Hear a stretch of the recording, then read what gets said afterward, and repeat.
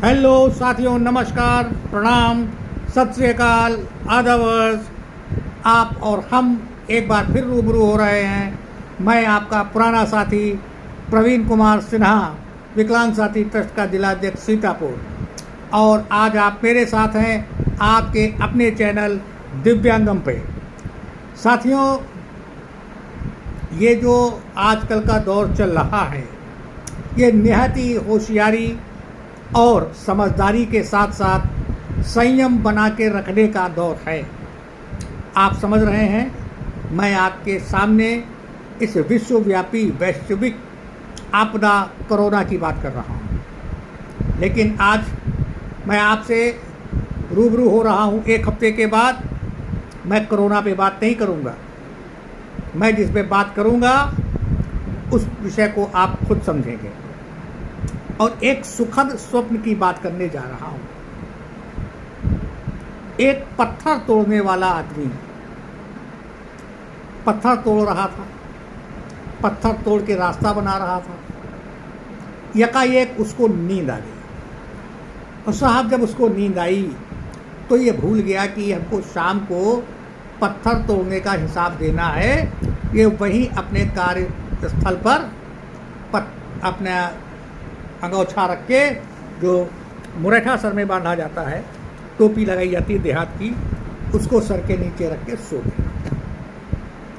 अब साहब स्वप्न देख रहे हैं कि यार, ये पत्थर तोड़ने की कोई ज़िंदगी है तुम्हारी? अगर तुम्हारे पास अपना मकान होता तो सुकून से तुम कमरे में सोते। सारा कार्यक्रम, अब देखिएगा आप, ये सारा कार्यक्रम दिव्य स्वप्न में चल रहा है। उसने देखा कि तुम ये पत्थर तोड़ने का काम कर रहे हो, ईश्वर तुम पे मेहरबान होता, तुमको एक पक्का मकान बना देता आलीशान, तुम आराम से उसमें निवास करते, सोते। ईश्वर ने ऊपर से कहा तथास्तु। तथास्तु के माने ऐसा ही होगा। स्वप्न में उसको एक बहुत बड़ा महल मिल गया। महल में वो सो रहा था। सोते सोते अचानक उसके कानों में कुछ शोर पहुंचा। उसने उठ के गेट के बाहर देखा, अपने मुख्य द्वार के बाहर आया। उसने देखा कि एक बहुत बड़ी भीड़ और एक आदमी को नेताजी जिंदाबाद, नेताजी जिंदाबाद के नारे के साथ चल रही है। नेताजी आगे आगे, उसके पीछे पीछे जनता। अब स्वप्न में उसके विचार आया कि ये भी कोई ज़िंदगी है। अपने घर में अकेले पड़े हैं, अरे नेता बन जाते, हमारे पीछे भी पब्लिक चलती। ईश्वर ने ऊपर से कहा तथास्तु। अब साहब नेता बन गए। जब साहब नेता बन गए तो पब्लिक तो उनके पीछे पीछे है। मगर भाई, अब धूप में नेताजी को चलना पड़ेगा। आप भी जान रहे हैं, आजकल प्रधानी का दौर है। आप लोगों ने कईयों को देखा होगा धूप में किस तरह से लोग पसीना बहा रहे हैं। तो जब वो नेता बन गया और उसके पसीना आना शुरू हुआ तो उसके दिमाग में ख्याल आया, यार ये भी कोई ज़िंदगी है। यानी हमसे ताकतवर अगर कोई है तो पसीना बहाने वाला वो ऊपर का सूरज। उसने ईश्वर से कामना की कि भगवान, मुझको सूरज बना दो, मैं भी लोगों को रोशनी दूँ, खूब लोगों का पसीना बहाऊँ। ईश्वर ने कहा तथास्तु। साहब सूरज बन गए। अब सूरज बन गए तो उनकी रोशनी, उनकी गर्माहट से सब आज कुछ लोगों को लाभ मिल रहा। जो फसलें पकनी हैं उनको लाभ मिल रहा, जो फसलें खड़ी हैं कटने को तैयार हैं उनका नुकसान हो रहा। और जो लोग चल रहे हैं सड़क पे, जिनके पसीना बह रहा, वो त्राहिमाम त्राहिमाम कर रहे हैं। फिर उसके तब तक क्या हुआ, उसने देखा कि सूरज के नीचे एक बादल का एक बहुत बड़ा एक झुंड आ गया। तो लोगों को बड़ी राहत मिली। बादल ने बारिश की, लोगों को बड़ी राहत मिली, फसलें अच्छी होने लगी, सूखे बंजर खेत हरियाने लगे। और जो लोग धूप में तपिश में चल रहे थे वो अपने अपने मुरेठा खोल करके अपना सब पूछने लगे कि हाँ, बड़ा अच्छा सुहाना मौसम हो गया। तो भाई उसके मन में विचार आया कि सूरज से तेज अगर कोई है तो वो है बादल। भगवान मुझे बादल कर दो। भगवान ने फिर कहा तथास्तु। साहब फिर बादल बन गए। अब जब बादल बन गए, अब देखते क्या है कि जहाँ हम जा रहे हैं वहाँ बारिश हो रही है, लोगों को छाँव मिल रही है, लोग बहुत खुश हैं कि सूरज की तपिश से बच रहे हैं। हम जहाँ जाते हैं वहाँ सावन का माहौल हो जाता है। उतने में क्या हुआ, हवा का एक बहुत बड़ा झोंका आया और उस झोंके में सारे बादल उड़ गए। स्वप्न में विचार आता है कि इससे अच्छा तो ये है कि हमको ईश्वर हवा बना दे। ईश्वर ने उसको हवा बना दिया। जब हवा बना दिया, अब भाई वो हवा बन के चलने लगा, उड़ने लगा, खेत के खेत उड़ाने लगा, फूल पत्ती उड़ा ले जाता था। लेकिन उसने देखा हम यार सब कुछ तो उड़ा ले रहे हैं, ये पहाड़ नहीं उड़ पा रहा। ईश्वर हमको पहाड़ बना दो। ईश्वर ने कहा तथास्तु। अब जो इंसान नेता बन चुका, अपने पक्के मकान में सो चुका, इंसान सूरज बन चुका, इंसान बादल बन चुका, इंसान हवा बन चुका, अब उस इंसान की बारी आई पहाड़ बनने की। ईश्वर ने कहा तथास्तु, पहाड़ बन गया। जब पहाड़ बन गया तो देखा हम तो जड़ खड़े हैं। अब उसकी और समस्या कि सब लोग चल रहे हैं, इंसान चल रहे हैं, जानवर चल रहे हैं, हवा पत्ती चल रही है, हम जड़ खड़े हैं। और जो आता है वो एक ईंटा मार दे, कोई ठोकर मार दे और रास्ता बदल के निकल जाता। क्या यहाँ तो पहाड़ खड़ा है, ये रास्ता देगा नहीं। तो फिर उसने ईश्वर से कहा ये भी कोई ज़िंदगी है कि हम लोगों का रास्ता रोक के खड़े हैं।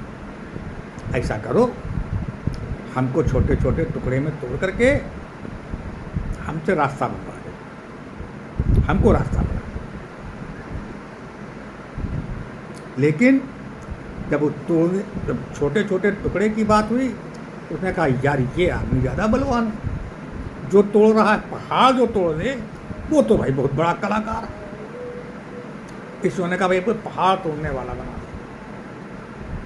ईश्वर ने फिर कहा तथास्तु। इतने में जब हवा का एक झोंका आया और उसकी आँख खुली तो उसने देखा है वो जो पहाड़ तोड़ने वाला इंसान था वो तो मैं ही था। अब मैं ही पहाड़ तोड़ रहा हूँ, मैं ही पत्थर तोड़ काट रहा हूँ। इसका मतलब ये मेरा आपसे इस पूरी कहानी का तात्पर्य ये है कहने का कि किसी दूसरे को देख करके भ्रमित ना होइए, लालायित ना होइए। आप अपने जीवन के महत्व को समझिए और ये जानिए कि ईश्वर ने आपको किसी खास प्रयोजन के लिए बनाया है। उस प्रयोजन को आप पूरा करें। याद रखें, आप पौराणिक कथाओं के अनुसार 84 लाख योनियों के बाद इस धरती पर आए हैं। तो ईश्वर ने आपको किसी एक प्रयोजन के लिए भेजा है। क्या हुआ कि हम में से कुछ लोगों के पैर कटे हैं, नहीं कटे हैं तो टंगे हैं, काम के नहीं हैं। क्या हुआ कि कुछ लोग देख नहीं सकते लेकिन बोल तो सकते हैं। क्या हुआ कुछ लोग बोल नहीं सकते हैं, लिख तो सकते हैं। आपको ईश्वर ने जिस कर्म क्षेत्र के लिए भेजा है उसको आप पूरा करें, भ्रमित ना हो। दूसरों को देख करके आपके मन में ईर्ष्या ना आए। एक बार पुनः आपसे एक यही निवेदन है कि अपने आप को समझें और अपने महत्व को पहचानें। तो ये तो साहब एक कथा का सार हुआ।